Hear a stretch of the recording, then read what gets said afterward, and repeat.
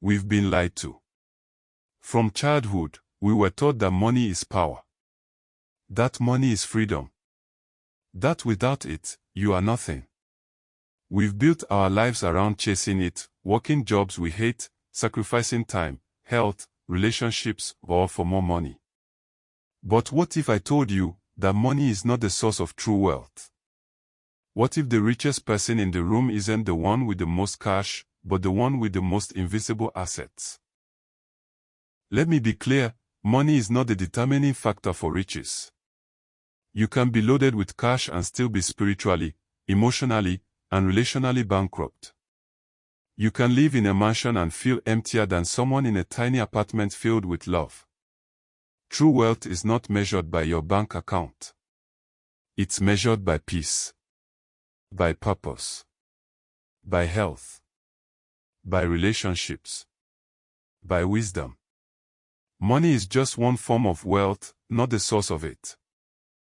We've been trained to only see wealth in physical form, cash, cars, clothes.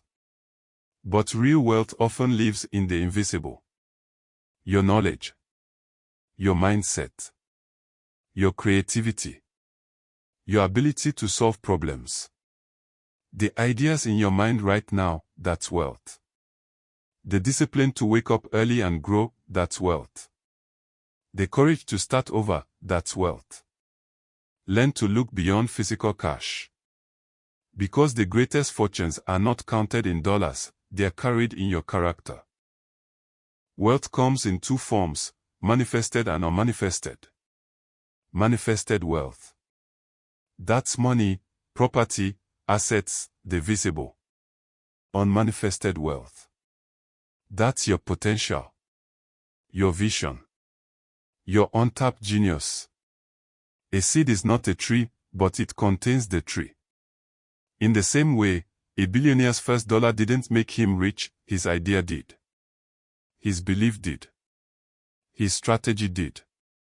So don't mourn what you haven't manifested yet. Honor what you already carry within.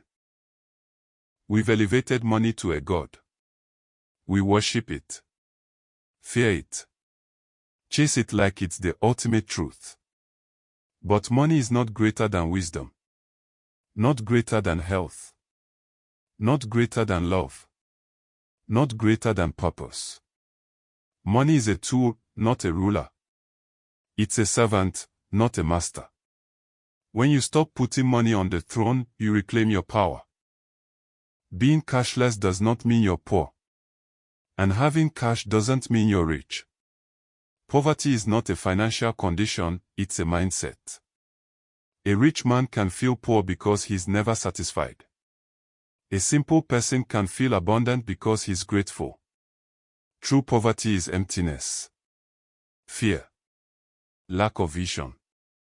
True riches, clarity, peace, freedom. So stop measuring your worth by your wallet.